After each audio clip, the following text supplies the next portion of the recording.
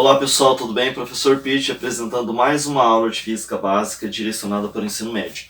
A nossa aula de hoje abordará os conceitos científicos que envolvem a continuação dos conceitos subordinados aos componentes da força resultante. Hoje nós trabalharemos com o rotor. Ele é um dos elementos principais para você ter esse entendimento das componentes da força resultante. No seu dia a dia, principalmente em exercícios voltados para os materiais de física, eles vão tratar o rotor como um brinquedo.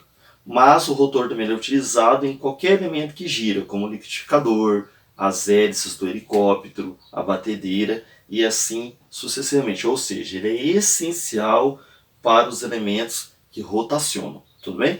Aqui nós vamos trabalhar com ele em formato de brinquedo, até para facilitar o entendimento das componentes da força resultante, que também é aplicável aqui. Então vamos lá.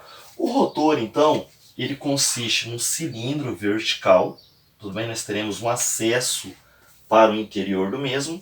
Esse acesso ao interior do mesmo faz com que você tenha que se posicionar dessa maneira na parede. Ó. Você tem que ficar dessa maneira na parede, ou seja, com as costas totalmente colado na parede, e ele começa a se movimentar com uma determinada velocidade angular. Quando essa velocidade angular ela atinge determinado valor numérico, que é o ponto de segurança, normalmente você coloca um pouquinho acima, esse fundo aqui que você está apoiando seus pés desce e vai para um compartimento. E detalhe, você não tem auxílio de cinto de segurança nem nada, que é somente a roupa do corpo. Daí o que acontece? Você fica girando junto com o cilindro e não cai, mesmo sem nenhum equipamento de segurança. O que fez você permanecer grudado na parede igual uma lagartixa aí, né? Vamos lá então. O que nós temos aqui? As forças que atuam no mesmo. Vamos lá. As forças que atuam no mesmo são peso, que tende a puxar o corpo para o centro da Terra. A força de atrito, já que tende a deslizar para baixo, a força de atrito é para cima. E a força normal, que nesse caso aqui, ó, aponta para o centro. Por que aponta para o centro? O contato dele, ó, está nessa vertical. Então ele empurra a parede para trás, a parede empurra ele para frente. E também, ó, nós podemos tirar aqui os seguintes status. Ele não cai, porque a força de atrito ela é igual ao peso, e ele se mantém em trajetória circular aqui, porque a normal, que aponta para o centro, faz o papel de força centrípeta. Então aqui nós temos as identificações da situação que envolve aqui o nosso esquema que evita que o corpo caia. Mas e como que eu faço a junção para obter uma equação só, já que aqui não me dá clareza? Normalmente ele vai pedir aqui para você calcular a velocidade linear ou a velocidade angular. Lembrando que a velocidade angular é o ômega vezes o raio. Ou seja, a linear, desculpa, é o ômega vezes o raio. Consequentemente, o ômega é o V sobre o raio.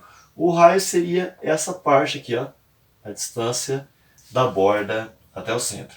Então vamos começar então. O que nós temos aqui? Ó? Que a força de atrito é igual ao peso, que a normal é igual à força centrípeta. Então nós vamos ter que chegar nessa equação. Então vamos lá. A força de atrito eu sei que é o coeficiente de atrito. Nesse caso aqui não é o cinético, é o estático, né, já que ele está parado, vezes a força normal. Tudo isso aqui é igual ao peso, que é massa, vezes a gravidade. Só que eu não tenho a força normal, eu sei que ela é igual em modo, ou faz o papel da força centrípeta. Então você coloca no lugar da normal, força centrípeta, que é igual a massa, vezes a gravidade. Mas quem é, pessoal, a força centrípeta? Ó, mv ao quadrado sobre o raio do cilindro. É igual a massa vezes a gravidade. O que você pode fazer aqui? Cancelar as massas, né, que são iguais, não depende da massa. Independente de você colocar uma pessoa bem leve, uma bem pesada aqui, o rotor funcionará do mesmo jeito. Daí o que você tem aqui? Você tem essa possibilidade, m, coeficiente de atrito estático, vezes a velocidade ao quadrado, sobre o raio igual a g.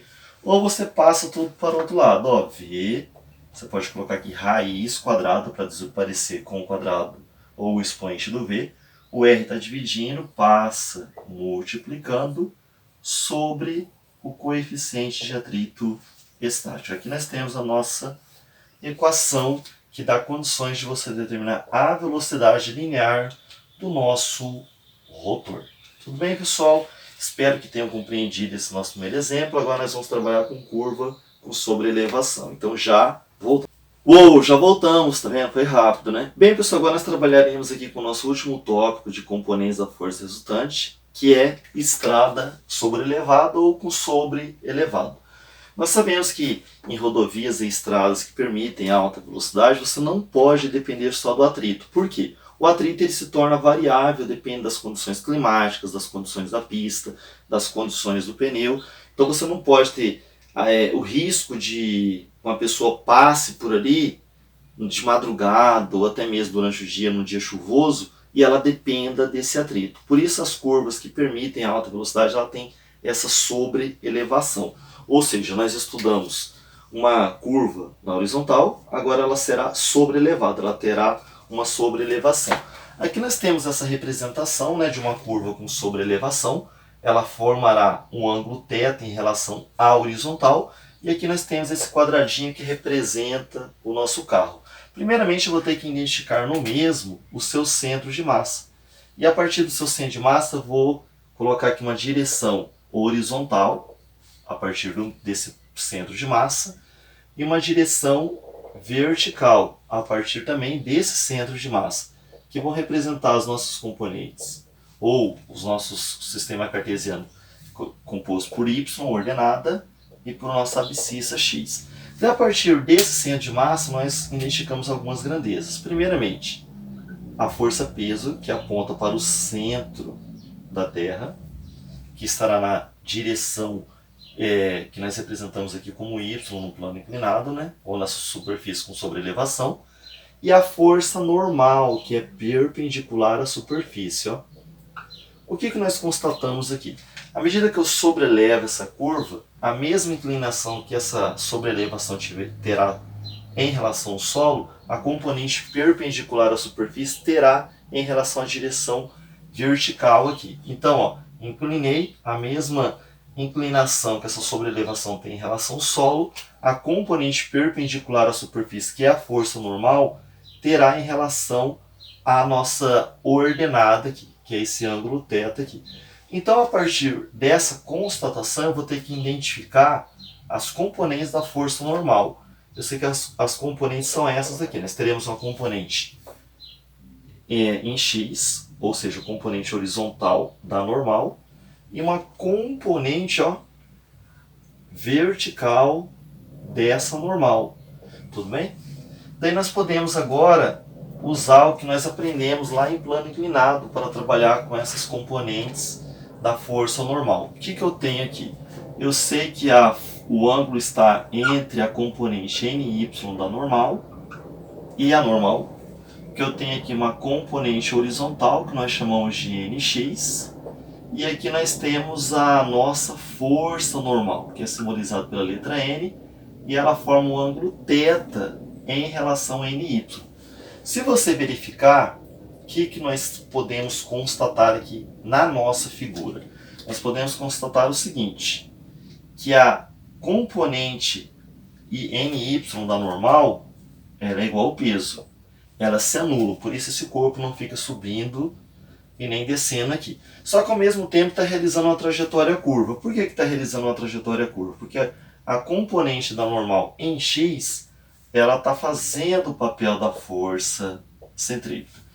E agora, como que eu vou resolver esse imbróglio? Normalmente nós teremos que achar aqui a velocidade que ele deve descrever essa curva com segurança. Mesmo assim, você não pode abusar da velocidade. Você tem uma velocidade x que você pode passar por essa pista. Normalmente ela é informada lá numa placa, né? Aqui os exercícios de física irão fazer uma proposta para você calcular essa velocidade. Se você olhar aqui na nossa figura, ela representa um triângulo retângulo aqui. E eu preciso saber trabalhar com esses dois elementos aqui, o NY e o NX. Se você olhar, ó, o NX ele é cateto oposto a esse ângulo e o NY é cateto adjacente a esse ângulo. Então, eu sei que a tangente do ângulo θ é cateto oposto sobre cateto adjacente. Isso eu sei. Mas eu também sei que o NX ele é igual à força centrípeta. Olha só que bacana. E eu também sei que o NY ele é igual ao peso. E eu também sei, olha só, que a força centrípeta é dada por mv ao quadrado sobre o raio. E eu também sei que aqui o peso é massa vezes a gravidade. Eu posso cancelar as massas, que são iguais. Eu posso melhorar esse cálculo, onde eu faço manutenção da primeira fração e multiplico pelo inverso da segunda. Eu vou chegar nessa estruturação aqui, ó. Velocidade ao quadrado sobre o raio da curvatura vezes a gravidade local. Normalmente ele vai pedir para você calcular a velocidade que você descreverá essa curva com segurança. Ele ainda dictará o ângulo teto, a tangente, o raio e a gravidade. O que você faz então? Você passa tudo isso aqui que está aqui para o outro lado. Então você vai ter v ao quadrado é igual a r vezes g vezes a tangente do ângulo, que nesse caso aqui é θ. Para sumir com o expoente, você joga a raiz quadrada do outro lado. E você tem aqui a nossa equaçãozinha da curva inclinada, ou seja, com sobre-elevação. V é igual a raiz quadrada do raio da curvatura da gravidade local vezes a tangente. Espero que tenham compreendido, pessoal. Agora, toda vez que você estiver viajando por aí e verificar que tem uma curva com sobre-elevação, você deve já identificar que não é para depender só do atrito ali. Por isso, permite uma velocidade mais elevada. Valeu, felicidade, sucesso. Até a próxima.